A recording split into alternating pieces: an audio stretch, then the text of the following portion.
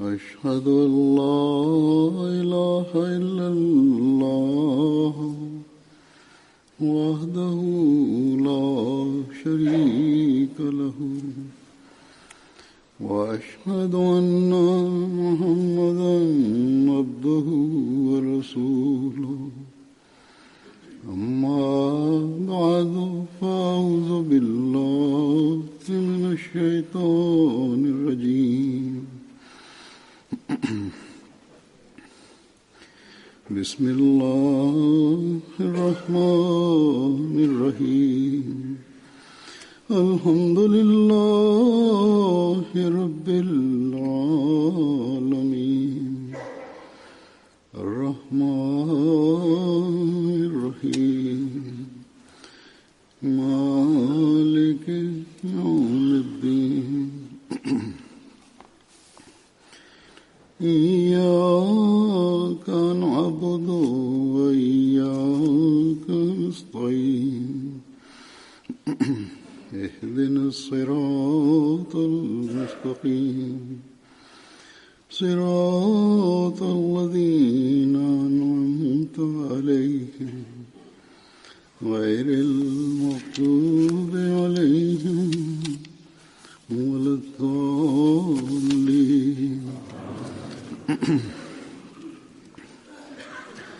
ما كان محمد أبا أحد من رجالكم ولكن رسول الله وخاتم النبيين وكان الله بكل شيء عليما. Bu ayetning tarjimasi quyidagicha: Muhammad sallallohu alayhi vasallam sizlarday erkaklardan birortasining otasi emas, balki u Allohning payg'ambari va barcha payg'ambarlarning xotimidirlar va Alloh barcha narsalarni yaxshi bilguvchidir. Pokistonda gohi-gohida qandaydir bahona bilan siyosatchilar va ulamolar Ahmadiylarga qarshi o'z g'azabini tarqatib yurishadi. Ularning fikricha, xalqni o'z ortidan ergashtirish, o'ziga hamohang qilish va obro' qozonishning eng oson yo'li ana shu. Musulmonlar hissiyotlarini alangalatish uchun eng yaxshi qurol xatmi nubuvat qurolidir. Demak, qachonki biron bir siyosiy partiyaning obro'si tushayotgan bo'lsa, biron bir siyosatchining mavqei pasayayotgan bo'lsa yoki odamlar undan uzoqlashayotgan bo'lsa, nomigagina diniy jamoatlar siyosiy shuhrat qozonmoqchi bo'lsalar, boshqa jamoatlar, siyosiy partiyalar yoki siyosatchilarni yengish kerak bo'lsa, ularni Ahmadiylar bilan bog'lab, qaranglar, qanchalik katta zulm bo'lmoqda.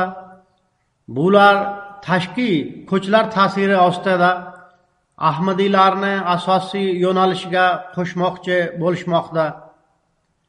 Holbuki Ahmadiylar xatmi nubuvatni tan olmaydilar deb aytishadi.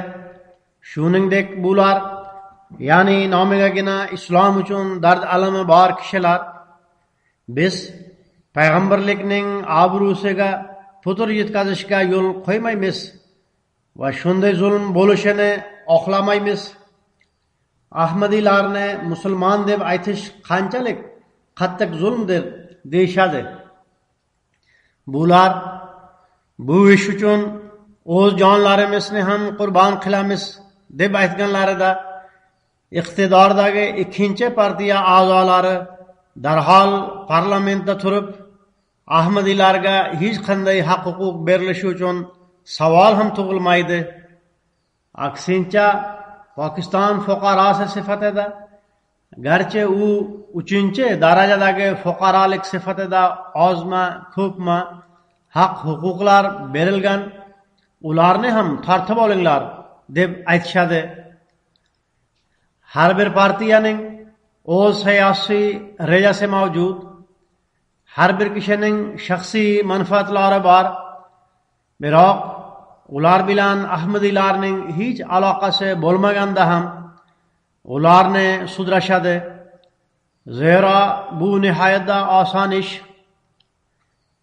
Iqtidordagi parlament a'zolari ham, iqtidorda bo'lmagan parlament a'zolari ham Ahmadiylarga qarshi gapirishda bir-biridan o'zishadi.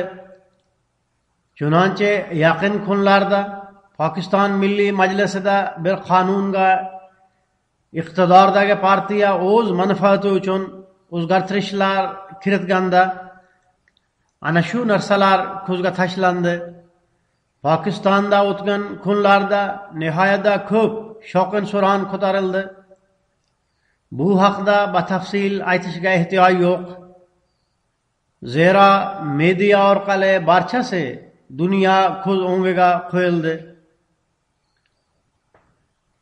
Gap Ahmadiy jamoati to'g'risida bo'lsa, na biz hech qanday tashqi kuchga Pokiston assambleyasiga o'zgartirishlar kiritib, qonun va konstitutsiya nazarida bizni musulmon qildiringlar deb aytganmiz. Na Pokiston hukumatiga buning uchun yolvorganmiz. Bizga biron bir majlis yoki hukumatdan musulmon deb atalish uchun hech qanday guvohnoma yoki hujjatning keragi yo'q. Biz o'zimizni musulmon deb aytamiz.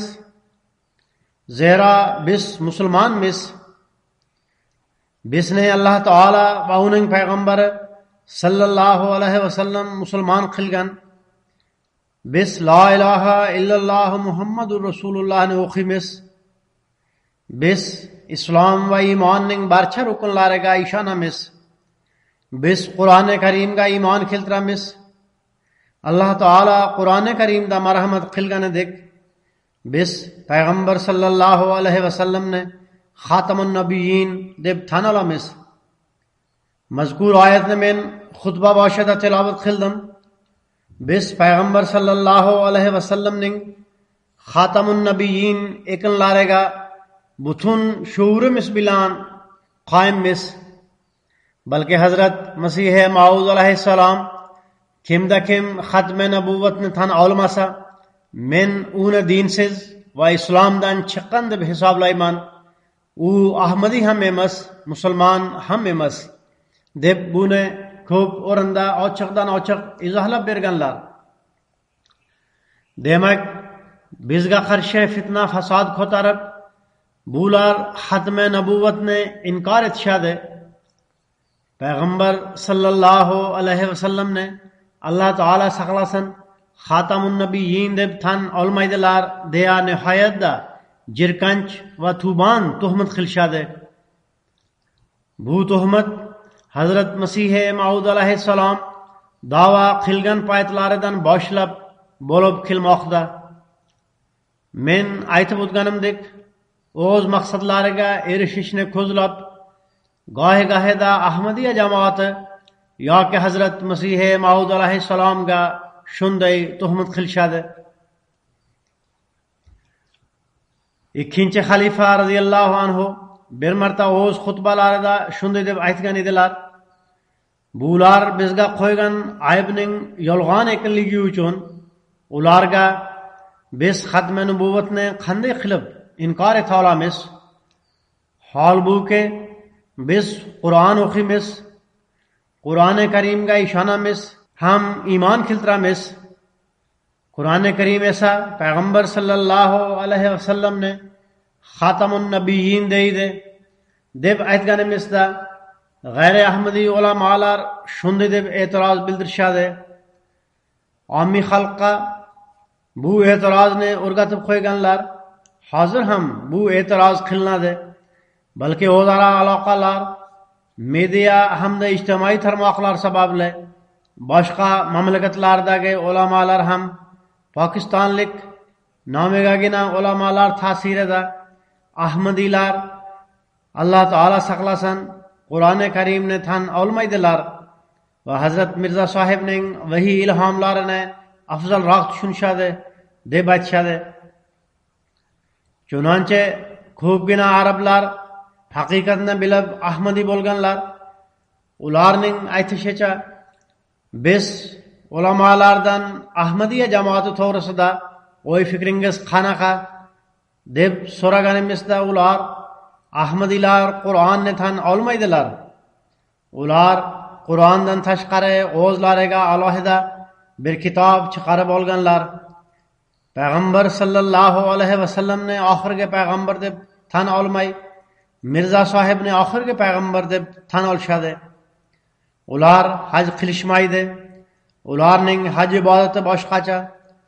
Ularning qiblasi boshqacha bo'lib, xona Ka'baga yuzlanib namoz o'qimaydilar deb aytishadi. Ammo biz izlanganimizda nomegagina ulamolarning haqiqiy yuzi ochiladi. G'ayri Ahmadi mullalarning yolg'on gapirishi hamda Ahmadiylarga yolg'on ayblar qo'yishi ko'p kishilarning Ahmadiyatni qabul qilishlariga sabab bo'lmoqda. Demak, bu mullalar ham yolg'on gapirib, bizning targ'ibot ishimizni olg'a surmoqdalar. Qandoq bo'lishi mumkinki, biz Qur'oni Karimni tan olmasak va payg'ambar sallallohu alayhi vasallamni Xatamun Nabiyyin deb ishonmasak? Holbuki Hazrat Masih Maud alayhissalomning vahiy ilhomlari Qur'oni Karimni Alloh taolaning kitobi deb aytadi va barcha ezguliklar sarchashmasi uni deb tushunadi. Payg'ambar sallallohu alayhi vasallamni Xatamun Nabiyyin deydi. Chunonchi u zot alayhissalomning Qur'oni Karim to'g'risida al-xayru kulluhu fil Qur'on degan vahiy ilhomi mavjud. Ya'ni barcha yaxshiliklar Qur'ondadir. Shuningdek, u zot alayhissalatu vassalam kimda kim Qur'onni hurmat qilsa, u osmonda hurmat topadi deb marhamat qilganlar. U zot alayhissalom hech qayerda mening vahiy ilhomlarimni hurmat qilinglar deb aytganlari yo'q. U zot alayhissalomning vahiy ilhomlari Qur'oni Karimning xizmatchisi bo'lib, ularning alohida yoki mustaqil hech qanday o'rni yo'q. Bizga qanaqa yaxshiliklarni izlash kerak bo'lsa, qanaqa hidoyatlar kerak bo'lsa, jamiyatdagi biron bir muammo to'g'risida ko'rsatma olish kerak bo'lsa, uni biz Qur'ondangina olamiz. Hazrat Masih Maud alayhissalomning ko'pgina vahiy ilhomlari buni izohlaydi ham. Shuningdek, Hazrat Masih Maud alayhissalomning payg'ambar sallallohu alayhi vasallam Xatamun Nabiyyin ekanlari haqida iqtiboslari mavjud. Bundan tashqari Xatamun Nabiyyin so'zi ishlatilgan quyidagi vahiy ilhomlari ham bor. Salli ala Muhammadin va ali Muhammadin Sayyidi vuldi Adam va Xatamun Nabiyyin. Ya'ni siz payg'ambar sallallohu alayhi vasallam va uning avlodlariga salovat yuboring. U zot sallallohu alayhi vasallam odam bolalarining sardori hamda Xatamul Anbiyodirlar. Bu vahiy ilhom turli vaqtlarda 2-3 bora nozil bo'lgan. Yana kullu barakatin min Muhammadin sallallohu alayhi vasallam degan vahiy ilhomlari ham bor. Ya'ni har bir baraka payg'ambar sallallohu alayhi vasallam tomonidandir.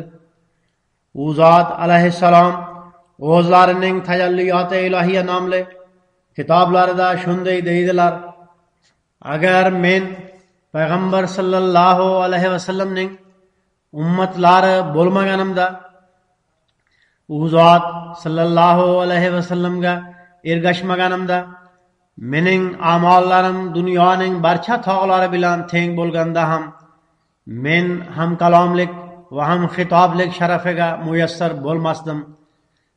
Zero hozir Muhammadiy nubuvvatdan tashqari barcha nubuvvatlar yopildi. Demak, Hazrat Masih Maud alayhissalom ham payg'ambar sallallohu alayhi vasallamga tobedirlar. U zot alayhissalomning vahiy ilhomlari ham Qur'oni Karimga tobe hamda uni izohlovchidir. Agar biz Alloh taolo saqlasin Hazrat Masih Maud alayhissalomning vahiy ilhomlarini Qur'oni Karimdan afzalroq tushunganimizda edi, hozir pul sarflab, moliyaviy qurbonliklar qilib, Qur'oni Karim tarjimalarini dunyoda chop etishning o'rniga Hazrat Masih Maud alayhissalomning vahiy ilhomlarini chop etardik. Hozirgi vaqtgacha 75 tilda Qur'oni Karimning to'liq tarjimasi chop etilgan. Bir necha tillarga tarjima qilinmoqda. Ular ham Xudo xolasa tez orada chop etiladi. 111 tilda tanlangan oyatlarning tarjimasi chop etilgan. Yirik islomiy hukumatlar hamda katta mablag'i bor diniy uyushmalar ular aytsinlarchi, ular qancha tilga Qur'oni Karimni tarjima qilib chop etganlar? Xatamun Nabiyinning haqiqiy ma'nosi va ruhini ham biz Ahmadiylargina yaxshi tushunamiz. Alloh taolaning payg'ambar sallallohu alayhi vasallamning Xatamun Nabiyyin ekanlari e'lonini dunyoning turli mamlakatlaridagi kishilarning tillarida faqat Ahmadiylar tarqatmoqdalar. Ahvol shunday bo'lsa ham, bular Ahmadiylar xatmi nubuvatni inkor etishadi degan tuhmat qilishadi. Hazrat Masih Maud alayhissalom bizga xatmi nubuvatning shunday idrok va fahmini ato etganlarki, xatmi nubuvat bayrog'ini ko'tarishga da'vo qilgan bu kishilar unga yaqinlashib ham qo'ymaydilar. Biz payg'ambar sallallohu alayhi vasallamni Xatamun Nabiyyin deb tan olamizmi, yo'qmi? Buni izohlab, u zot alayhissalom bir majlisda shunday dedilar: Shuni esda tutish kerakki, men va mening jamoatimga ular payg'ambar sallallohu alayhi vasallamni Xatamun Nabiyyin deb tan olmaydi degan tuhmat qo'yiladi. Bu g'irt yolg'ondir. Biz qanchalik ishonch, ma'rifat va basirat bilan payg'ambar sallallohu alayhi vasallamni Xatamun Nabiyyin deb ishonamiz va tan olamiz. Boshqalar uning 100,000-chi qismicha ham tan olmaydilar. Ularning qurbi ham yetmaydi. Ular Xatamul Anbiyoning xatmi nubuvatdagi sir va haqiqatni tushunmaydilar. Ular faqat ota-bobolaridan bir so'zni eshitganlar, ammo uning haqiqatidan bexabardirlar. Ular xatmi nubuvat nima ekanligini va unga iymon keltirishdan ma'no nima ekanligini bilmaydilar. Biroq biz Alloh taolo yaxshiroq biladigan to'liq shuur bilan payg'ambar sallallohu alayhi vasallamni Xatamul Anbiyo deb tan olamiz. Alloh taolo xatmi nubuvat haqiqatini bizga shunday ochib berganki, biz o'zimizga ichirilgan irfon sharbatidan o'zgacha bir lazzatni topamiz. Bu chashmadan qonganlardan tashqari boshqa hech kim buni gumon ham qila olmaydi. U zot alayhissalom yana xatmi nubuvat haqiqatini bayon qilib shunday deydilar: Alloh taolo bizga Xatamul Mu'minin, Xatamul Arifin va Xatamun Nabiyyin payg'ambarni ato etdi. Shuningdek, u zotga Jamiul Kutub va Xatamul Kutub kitobni nozil qildi. Payg'ambar sallallohu alayhi vasallam Xatamun Nabiyyindirlar. U zot sallallohu alayhi vasallamdan nubuvat yakunlandi.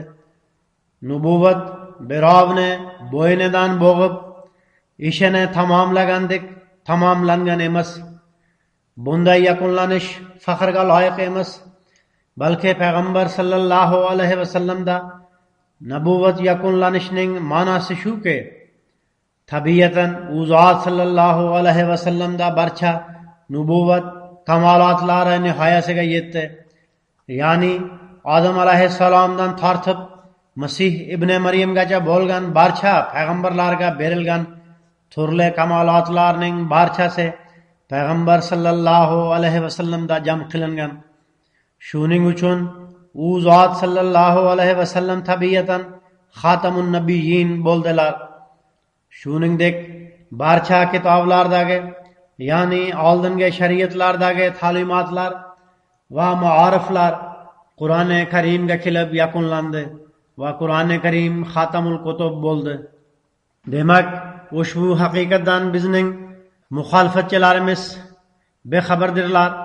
Ulamolar o'zlarining to'rida ushlangan odamlarning to'rdan qutulishiga yo'l qo'ymaydilar.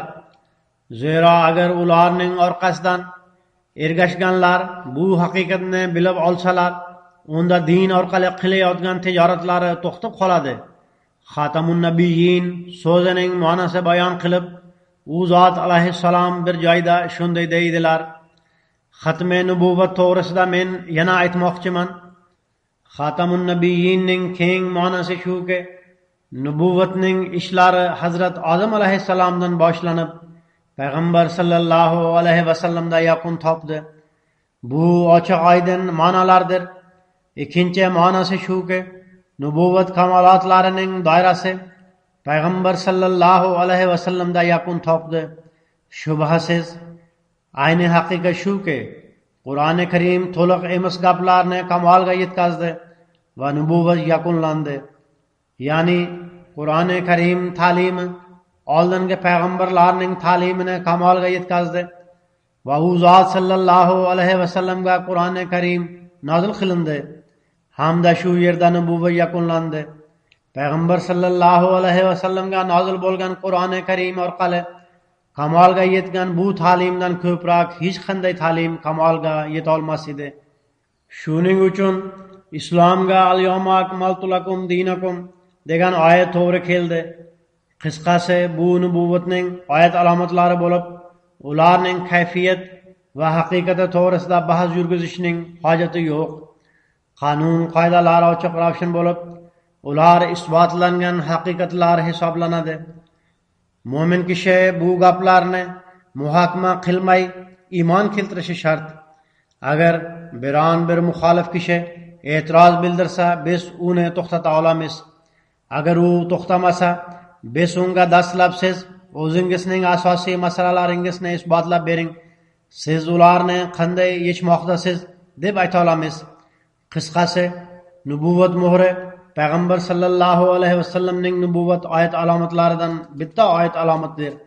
Ya'ni payg'ambar sallallohu alayhi vasallamning Xatamun Nabiyyin ekanlari u zot sallallohu alayhi vasallamning oyat alomatlaridan bitta oyat alomat bo'lib, unga iymon keltirish har bir mo'min musulmonga farzdir. Demak, agar biron bir kishi xatmi nubuvatni inkor etsa, men oldin aytib o'tganimdek, Hazrat Masih Maud alayhissalom shunday deydilar: u musulmon emas, u islom doirasidan chiqib ketadi.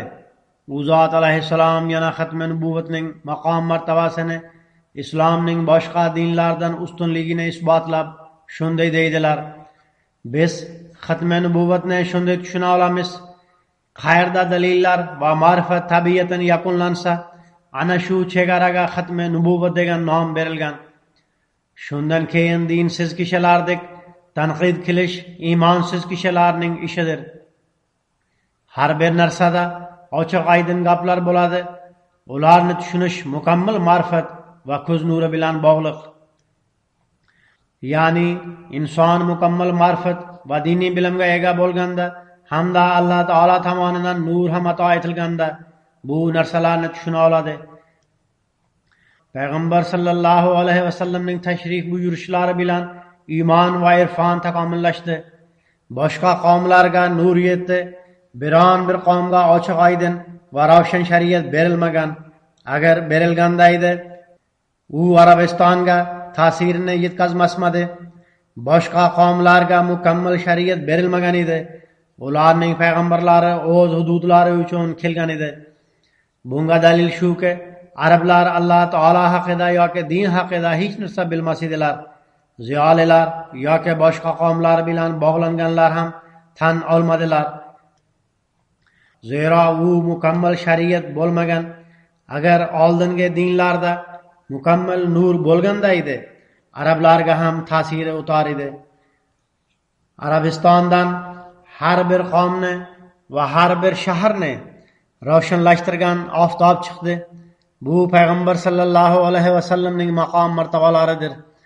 U zot ravshan quyosh bo'lib, har bir qavm va har bir shaharga nurlarini yetkazdilar. Qur'oni Karim bu faxr iftixorga ham egadirki, u tavhid va nubuvvat masalasida butun dunyodagi dinlar ustidan g'alaba qozona oladi. Alloh taolo Qur'oni Karimda bayon etgan tavhid va nubuvvat masalalari oldin hech bir dinga berilmagan. Demak, shariat mukammal bo'lishining ma'nosi shu. Shunday qilib, payg'ambar sallallohu alayhi vasallam xotamul anbiyo deb ataldilar. Shunday kitobning musulmonlarga berilishi faxrga loyiqdir. Islomning ta'limi va hidoyatiga e'tiroz bildiruvchilar botiniy ko'rlik va imonsizligi sababli gapirishadi. Demak, faqat islom dini Arabistondan chiqib dunyoning chekkalariga yoyilib ketdi va bugungi kungacha o'zining haqiqiy ta'limoti bilan dunyoning har bir chekkasigacha yoyilmoqda. Bugun Ahmadiyya jamoati o'zining barcha kuch-quvvati va sharoitlari bilan tavhid va nubuvvat maqomini dunyoning har bir qishloq va shahriga yoymoqda. Demak, biz xatmi nubuvvat va u zot sallallohu alayhi vasallamga nozil bo'lgan shariatni yaxshiroq tushunamiz. Hazrat Masih Maud alayhissalomgina boshqa dinlarga payg'ambar sallallohu alayhi vasallamning maqom martabasini oydinlashtirib berib, ularga barcha payg'ambarlarning ta'limi shu qadar o'zgarib ketganki, bu payg'ambarlarning maqom martabasi va haqqoniyligini ham bilib bo'lmaydi. Oldingi payg'ambarlarning haqiqati va haqqoniyligini aytib bergan zot ham payg'ambar sallallohu alayhi vasallamdirlar deb marhamat qildilar. Faqat bir tomonga yondashmagan holda insonning kuch-quvvatlarini to'liq tarbiyalovchi va uning homiysi bo'lgan ta'limgina mukammal bo'la oladi. Injilning ta'limiga qaranglar, u nima deydi va Qur'on muqobilida u kuch-quvvatlar uchun qanaqa ta'lim beradi? Inson kuch-quvvatlari va fitrati Alloh taolaning amaldagi kitobidir. Ya'ni inson kuch-quvvatlari va fitrati Alloh taolo kitobining amaldagi izhoridir. Demak, uning so'zdagi kitobi Kitobulloh deb ataladi. Ilohiy ta'lim insonning tuzilishi va ko'rinishiga qandoq qarshi bo'lsin? Ya'ni Alloh taolo o'zining so'zdagi kitobi bo'lmish Qur'oni Karimda qaysi hidoyat va ta'limni tushirgan bo'lsa, u Kitobulloh deb ataladi. Undagi ta'lim fitrat ta'limi bo'lib, inson holatlari unga qarshi bo'la olmaydi. Zero insonning fitrati, kuch-quvvatlari va holati Alloh taolaning amaldagi kitobi bo'lib, shariat esa uning so'zdagi kitobidir. U zot alayhissalom shunday deydilar. Shuningdek, payg'ambar sallallohu alayhi vasallam tashrif buyurmaganlarida o'tgan payg'ambarlarning axloqlari, hidoyatlari, mo'jizalari va ilohiy kuchlariga e'tiroz qilinar edi. Biroq payg'ambar sallallohu alayhi vasallam barchasini poklab, ularni tasdiqladilar. Shuning uchun u zot sallallohu alayhi vasallamning nubuvvat oyat alomatlari quyoshdan ko'proq ravshan bo'lib, cheksiz va sanoqsizdir.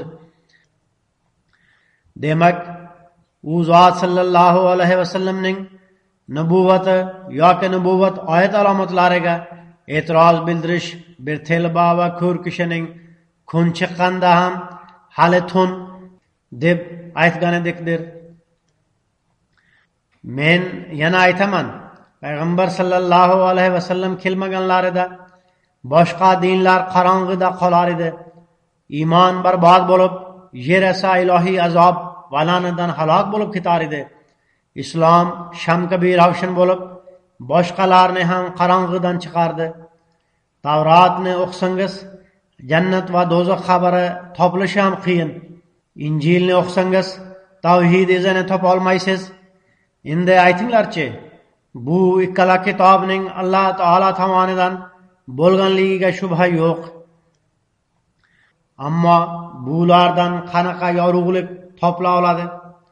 Najot uchun kerak bo'lgan haqqoniy yorug'lik va haqiqiy nur islomdaginadir. Faqat tavhidni olsangiz, Qur'onni qayerdan ochsangiz, u yalang'och qilichlik shirk ildizini kesayotgan bo'ladi. Shuningdek, nubuvatning barcha jabhalari shunday aniq va ravshan ko'rinadiki, undan oshiqroq ko'rinishi mumkin emas. Demak, u zot alayhissalom xatmi nubuvatning bu idrokini bizga ato etganlar, bugungi ulamolar bir-biriga tuhmat qilishadi-yu, ammo boshqa dinlarga ularning yuzi va nuqsonlarini ko'rsatib, payg'ambar sallallohu alayhi vasallamning afzalliklarini isbotlashga jur'atlari yetmaydi. Bu ishni Hazrat Masih Maud alayhissalomning tarbiyasi va bilimi tufayli Ahmadiya jamoati amalga oshirmoqda. Biroq shunda ham biz ularning ko'zida kofirmiz va ular mo'mindirlar. U zot alayhissalom o'z da'vosining haqiqatini bayon qilib, bir kitoblarida shunday deydilar: nima o'zi risolat va payg'ambarlikka da'vo qiluvchi baxti qaro yolg'onchi Qur'oni Karimga iymon keltira oladimi? Nima Qur'oni Karimga iymon keltirgan va valakin Rasululloh va xotaman nabiyyin degan oyat Alloh taolaning kalomi ekanligiga ishonadigan kishi men payg'ambar sallallohu alayhi vasallamdan keyin rasul va nabiyman deb ayta oladimi?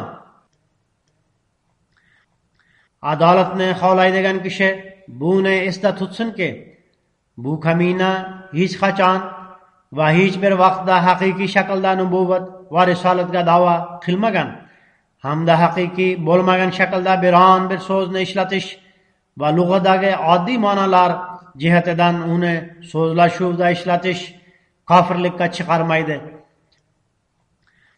Ammo men buni ham yoqtirmayman. Zero bundan oddiy musulmonlar adashishlari mumkin. Shuningdek, menga Alloh taolo tomonidan berilgan vahiy ilhomlarda nubuvat va risolat so'zi ko'proq uchraydi. Men ularni Alloh taolo tomonidan tayinlanganim sababli maxfiy tutolmayman.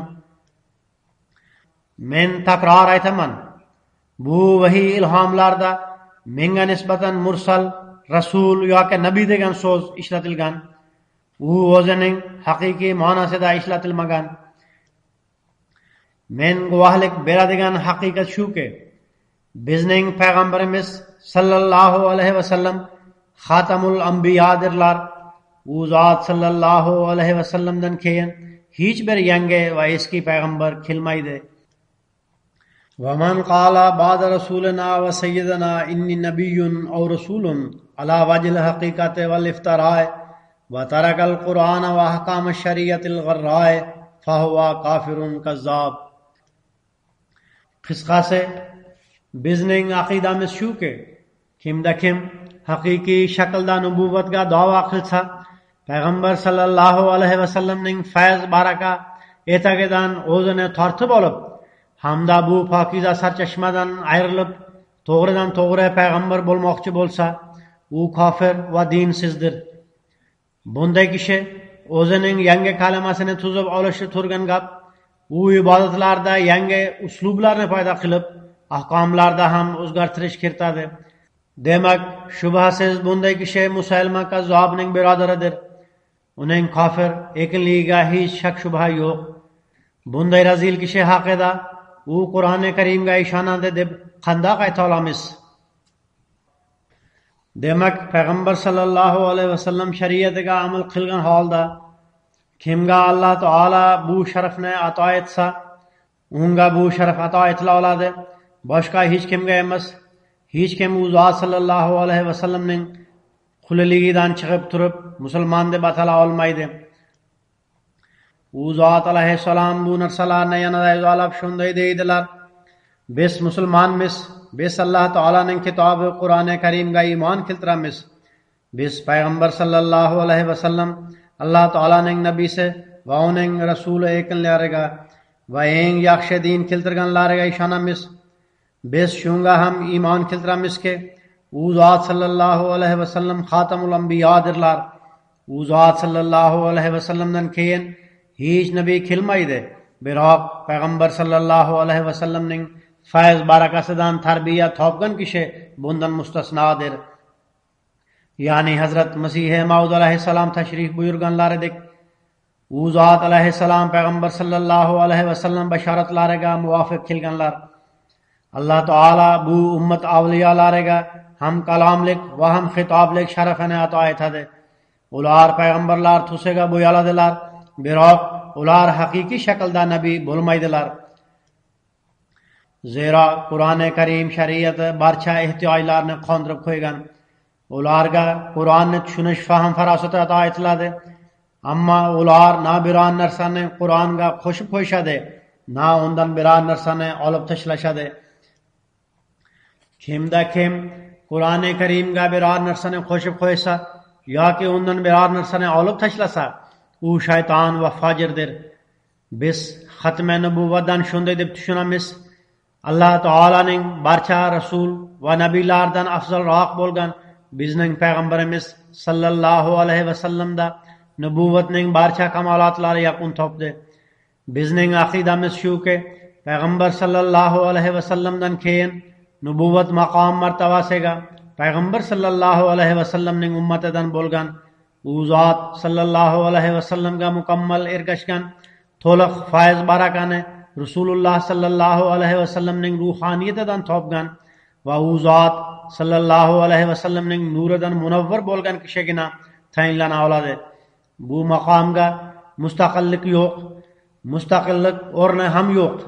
U hech qanday alohida nubuvat emas, hamda hayratlanish maqomi ham emas, balki Ahmad Mujtaboning o'zi ikkinchi ko'zguda zohir etdi. Zero biror kishi shogird va o'g'illarini qizg'anmaganidek, Alloh taolo ko'zguda ko'rsatgan o'zining suratini qizg'anmaydi. Demak, qaysi kishi payg'ambar sallallohu alayhi vasallamdan fayz olib, u zot sallallohu alayhi vasallamda fano bo'lib kelsa, u darhaqiqat u zotning o'zidir. Zero u komil fanoning martabasida bo'lib, u zot sallallohu alayhi vasallamning rangiga bo'yalib, u zot sallallohu alayhi vasallamning yaktagiga o'ralib olgan bo'ladi. Bu kishi o'z ruhoniy vujudini payg'ambar sallallohu alayhi vasallamdan hosil qilgan bo'lib, u zot sallallohu alayhi vasallamning fayzidan uning vujudi kamolga yetgan bo'ladi. Haqiqat ham ana shu bo'lib, bizning payg'ambarimiz sallallohu alayhi vasallamning barakotlariga guvohdir. Kishilar payg'ambar sallallohu alayhi vasallamning husnini tobiinlarning liboslarida ko'radilar. Ular mukammal muhabbat va poklik sababli u zot sallallohu alayhi vasallamning vujudlarida fano bo'lganlar. Bunga qarshi bahs yuritish jahillikdir. Sababi shuki, bu narsa Alloh taolo tomonidan payg'ambar sallallohu alayhi vasallamning benamu nishon qolmasliklariga dalildir. Fikr yurituvchi kishilarga buning tafsiloti kerak emas. Payg'ambar sallallohu alayhi vasallam jismonan erkaklardan hech kimning otasi emaslar.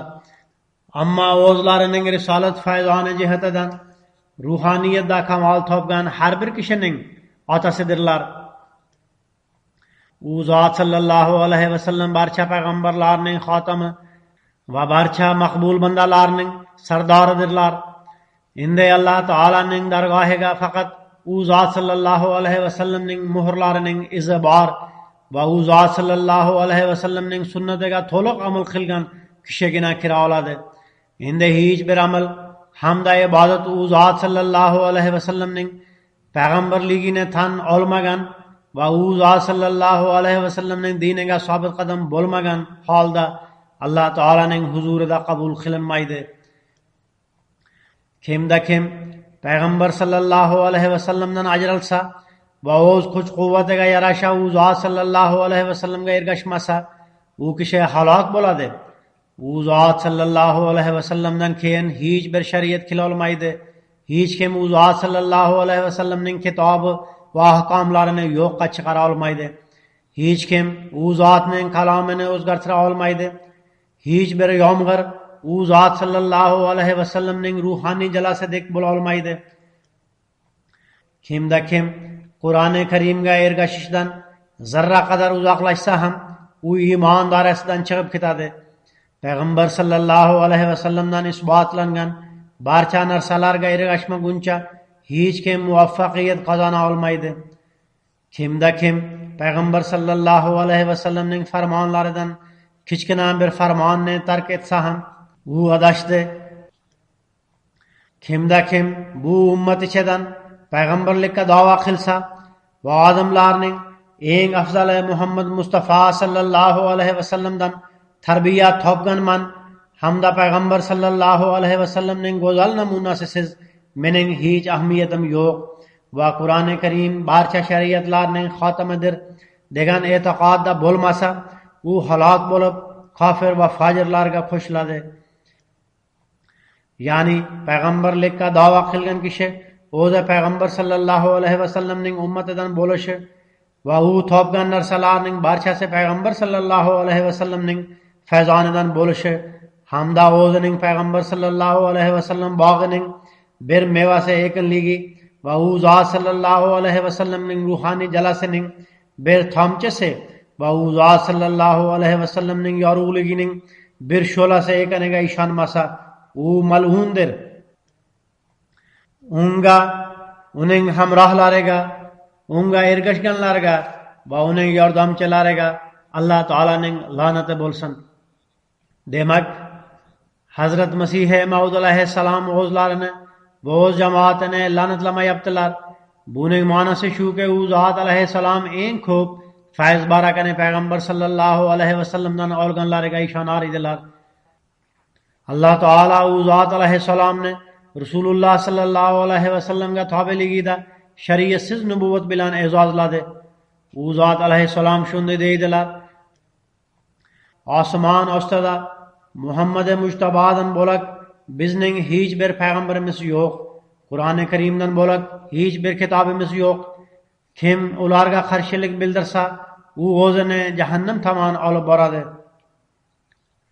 U zot alayhissalom ko'p joyda xatmi nubuvat haqiqati va maqomi, uning muqobilasida o'zlarining maqom martabalarini ochiq oydin bayon etib, shunda deydilar: agar musulmonlar dinga qoyim bo'lganlarida va payg'ambar sallallohu alayhi vasallamga rostdan ergashganlarida edi, mening kelishimga ne hojat bor edi? Chunonchi bir joyda u zot alayhissalom shunday deydilar: dunyodagi misollardan biz xatmi nubuvatga shunday misol keltira olamiz. Masalan, oy hiloldan boshlab 14-kunga kelib to'ladi va shunda to'lin oy deb ataladi. Xuddi shunday payg'ambar sallallohu alayhi vasallamga kelib nubuvat kamolotlari yakun topdi, nubuvat shartli ravishda yakun topdi degan aqidadagi kishilar payg'ambar sallallohu alayhi vasallamni Yunus ibn Mattodan ham afzal tutmasliklari lozim. Ular bu haqiqatni umuman tushunmaganlar. Payg'ambar sallallohu alayhi vasallamning fazilatlari va kamolotlaridan ularning hech xabari yo'q. Ular o'zlarining bilimsizligi hamda befahmligiga qaramay bizni xatmi nubuvatni inkor etuvchi deb aytishadi. Men shunday kasal kishilarga nima deb aytay va ularga qanday afsuslanay? Ular islom haqiqatidan umuman bexabardirlar. Ular undan uzoqlashib ketganlar. Agar ularda iymon salomat bo'lganda, ruhoniyatlari yaxshi bo'lganda edi, mening kelishimga ne hojat bor edi? Bu kishilarning iymon holatlari o'ta zaiflashib ketgan. Ular islomning tushunchasi va maqsadidan umuman bexabardirlar. Aks holda ularda haq egalariga natijasi kofirlik bo'lgan qarshilik qilishga asos yo'q edi. Alloh taolo tomonidan yuborilgan va payg'ambar sallallohu alayhi vasallamga mukammal iymon keltirgan haqqoniy zot Hazrat Masih Maud alayhissalomga qarshilik va dushmanlik qilishga hech asos yo'q edi. Zero Alloh taolo yuborgan zotga dushmanlik qilish insonni kofirlikka chiqaradi. Demak, musulmonlar kalima keltirgan kishini kofir deb aytishadi. Bu narsa ularning o'zlarini islom doirasidan chiqarib tashlaydi. Payg'ambar sallallohu alayhi vasallamning hadislari ham bu haqda xabar bermoqda. Demak, bizni kofir deb aytadigan kishilarning o'zlariga bu narsa to'g'ri keladi. Shuning uchun biz kalima keltirgan musulmonlarga xayrixohlik bildirib, o'z holatlaringizga rahm qilinglar. Alloh taolo sizlarga nima deb aytayotganini va sizlardan nima xohlayotganini tushuninglar deb aytamiz. Men Hazrat Masih Maud alayhissalomning bir necha iqtiboslarini taqdim etdim. Koshki bu oliyjanob musulmonlar uchun hidoyat sababchisi bo'lsa edi. Ular bizga tuhmat qilish o'rniga o'z ahvollariga qarasa edi. Pokiston assambleyasida ular birgalikda kengashib, qonunda qo'llagan so'zlarni qabul qilgach, bir necha kun oldin bir assambleya a'zosi sababsiz odamlarning hissiyotlarini qo'zg'aydigan nutq qildi. Bu faqat assambleya a'zolarining soxta or namusini qo'zg'atish uchun emas edi. Aksincha, ommaning hissiyotlarini qo'zg'atish va mamlakatda fitna fasod paydo qilishga bir harakat edi. Toki barcha kishilar Ahmadiylarga qarshi turib olsin va u kishi o'zini mamlakatga xayrixoh lider deb isbotlab, siyosiy hayotini uzaytirib qo'ysin. Ammo u yerdagi ba'zi aqlli siyosatchilar, mediadagi kishilar va oliyjanob kishilar uning so'zlarini yoqtirmasligini izhor etdilar. Shuning uchun biz umidda bo'lishimiz kerakki, Pokistondagi oliyjanob toifa noto'g'ri ishlarga qarshi ovoz ko'tara boshlagan. Bu kishilar e'tiroz bildirgan kishilarga haqiqatlarni ham bayon qilib berganlar.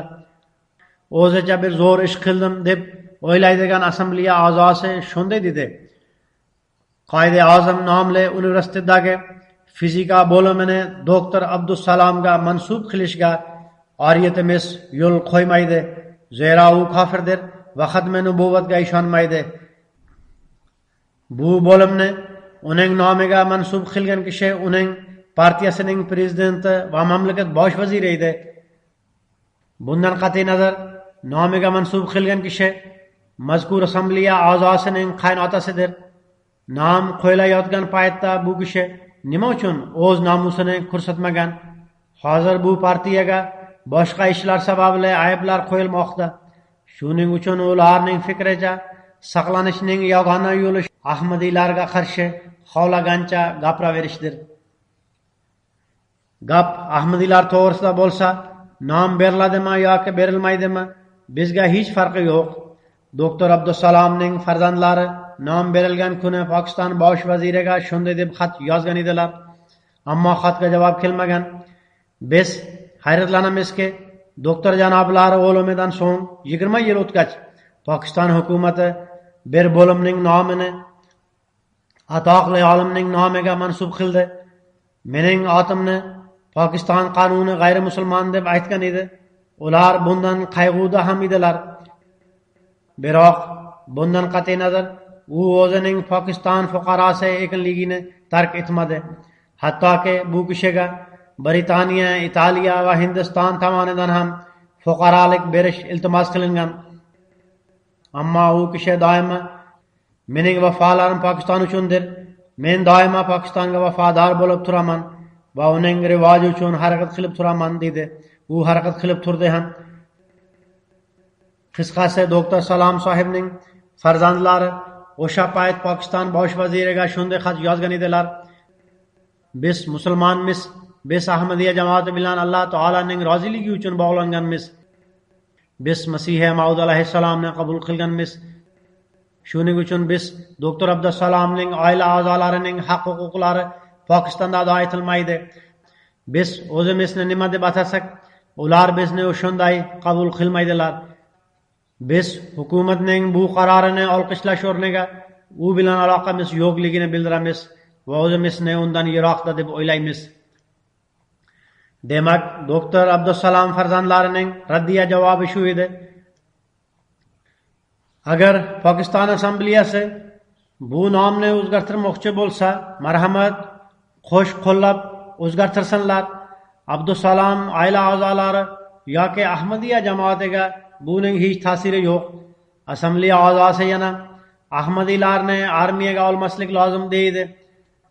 Bugungi kungacha tarix bundan dalolat beradiki, qancha Ahmadiylar armiyada xizmat qilgan bo'lsalar, ular mamlakat uchun qurbonlik berganlar, ko'pincha armiyadan qurbonlik beradigan kishilar, askarlar yoki quyi darajadagi ofitserlar, eng ko'pi bo'lsa polkovnik yoki mayor darajasidagi kishilar qurbonlik berishadi. Ammo Ahmadiylar general darajasiga yetib, urushdagi eng oldingi saflarda shahid ham bo'lganlar. Bugungi kunlarda Pokiston ommaviy axborot vositalari bu haqda bahs munozaralar yurgizib, sizlar nima deyapsizlar? Barcha dalillar mavjud deb chiqdilar. So'ngra ular general Axtar, general Ali va shahid bo'lgan general Iftixor nomlarini ham tilga olganlar. O'ta kuchli nutq qilgan assambleya a'zosi kapitan darajasiga yetgan. Ehtimol u ham bosh vazir ko'yovi bo'lgani sabab yetgandir. So'ngra armiyadan iste'foga chiqib, daromad yig'ish uchun siyosatga kelgandir. Agar vatanni shu darajada sevganda edi, u holda armiyada bo'lib, mamlakat uchun qurbonlik berishi kerak edi. Shuningdek, Ahmadiylarga bular qavmga xizmat qilmaydilar, millatga samimiy emaslar deb e'tiroz ham qilinadi. Ammo men to'liq ishonch bilan ayta olamanki, bugun Pokistonda Ahmadiylargina vatanni sevmoq iymondandir degan hadisga ishonib, unga amal qilgan holda o'z jonlari va mollarini qurbon qilmoqdalar. Ahmadiylar siyosiy tijoratga rivoj berish uchun nutq qilmaydilar. Siyosat bilan hech aloqamiz yo'q. Biz din uchun jon berguvchimiz, ammo din nomi bilan siyosatga rivoj berguvchi va din nomi bilan qon to'kuvchi emasmiz. Biz payg'ambar sallallohu alayhi vasallamni chin yurakdan xatamun nabiyyin deb tan olamiz. Biz u zot sallallohu alayhi vasallamning or namuslari uchun har qanday qurbonlikni beramiz, berishga tayyormiz, bermoqdamiz va Xudo xolasa kelajakda ham berib turamiz. Har bir pokistonlik Ahmadiyga shu narsa farzdirki, u Alloh taolo Ahmadiylar avvaldan qurbonliklar berib kelayotgan bu mamlakatni doimo saqlab tursin, zolim va shafqatsiz liderlar hamda manfaatparast ulamolardan saqlasin va Pokiston ham dunyoning mustaqil va hurmat ehtiromga loyiq mamlakatlaridan sanalsin deb duo qilib tursin.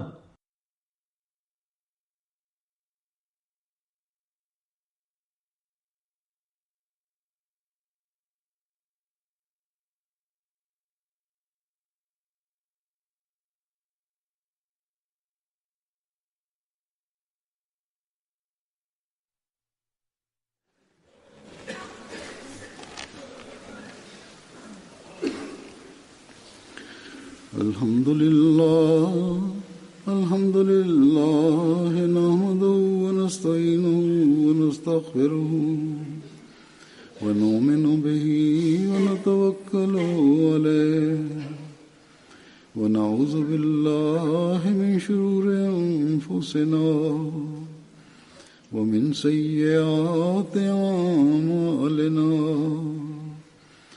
من يهده الله فلا مضل له ومن يضلل فلا هادي له ونشهد أن لا إله إلا الله ونشهد أن محمدا عبده ورسوله عباد الله رحمكم الله إن الله يأمر بالعدل والإحسان وإيتاء ذي القربى وينهى عن الفحشاء والمنكر والبغي يعظكم لعلكم تذكرون اذكروا الله يذكركم وادعوه يستجب لكم